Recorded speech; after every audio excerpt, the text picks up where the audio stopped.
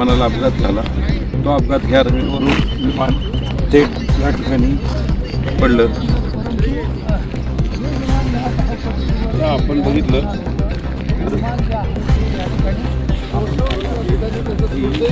या ठिकाणी या घटनेला अत्यंत दुर्दैवी घटना घडलेली आहे.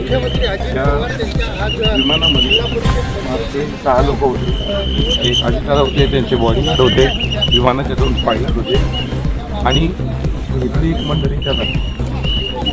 ही घटना ज्यावेळेस घडली आपण बघू शकता.